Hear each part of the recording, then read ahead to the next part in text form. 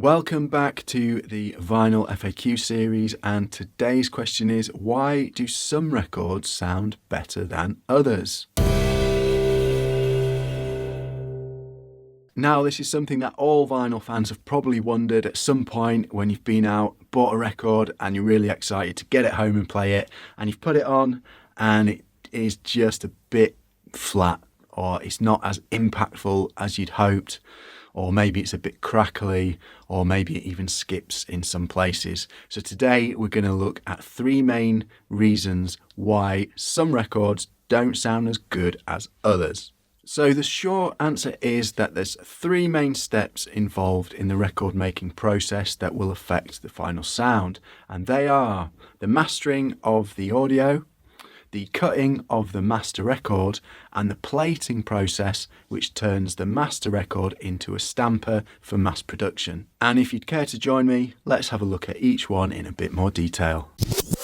First up is the mastering. If it's done by a mastering engineer with lots of experience for mastering for vinyl and also maybe cutting vinyl themselves, then there's a good chance that the audio is going to be mastered really well and the final product is going to sound really good. However, if the audio hasn't been mastered very well, or it's been mastered by an engineer that doesn't have a lot of experience with vinyl, there's a chance that the final audio or the final record might not sound its best, even if the other steps in the process are carried out really well. Sometimes artists will get their music mastered for CD or streaming services and not really think about the vinyl stage at that point, and then later on down the line, once the music is released, they might think, actually, I want to get my music onto vinyl, but they only have the masters that are appropriate for CD and streaming.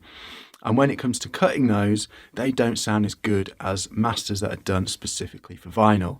Now, I've got a whole load of information about that. I've done other videos and I've also written a few blogs, which you can read on my website if you want to kind of get a bit deeper into mastering for vinyl specifically versus mastering for CD and streaming. But for now, let's not go too deep into that and let's keep looking at the processes which affect how a final record sounds.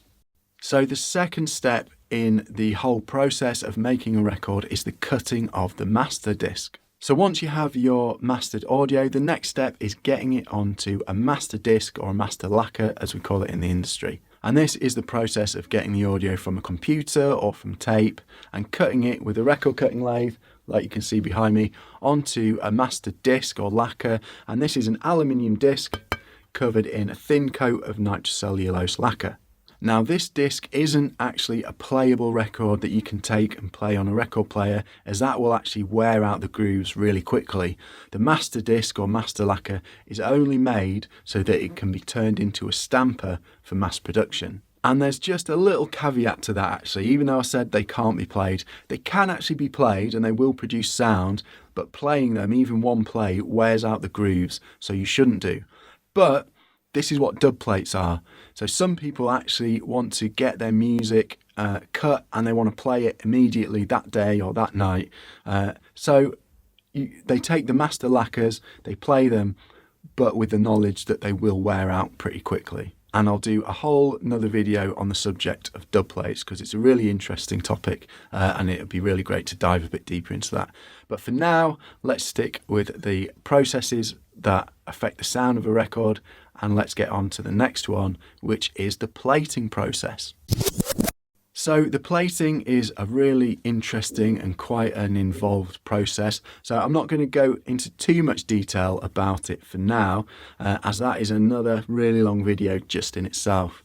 But I'll do a brief explanation of the process and hopefully that'll help you get your head around it if you're not already familiar with it. This involves the disc that's been cut being sprayed and coated in various chemicals and put in chemical baths and left to harden. And then what happens is you can actually peel those off the disc and you get an inverse copy of the grooves. So when it's peeled away, the bit that's peeled off actually has the grooves in it, but it's the negative version.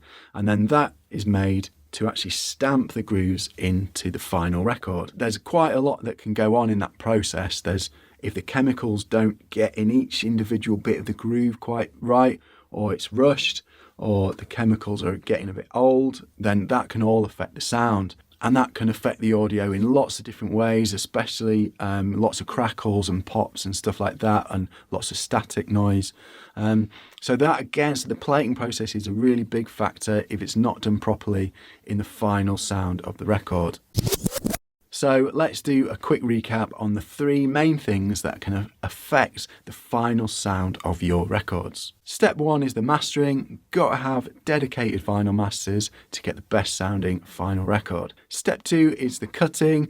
You need an experienced cutting engineer cutting on a good quality cutting lathe, and that again is going to help you get the best sound. And step 3 is the plating process. This has to be done really well with really fine attention to detail, and then hopefully if we've got all those 3 steps done really well, the records are going to sound really good. But of course, if even one of those steps isn't up to scratch, it can affect the other steps, so you're not going to have a record that sounds its best.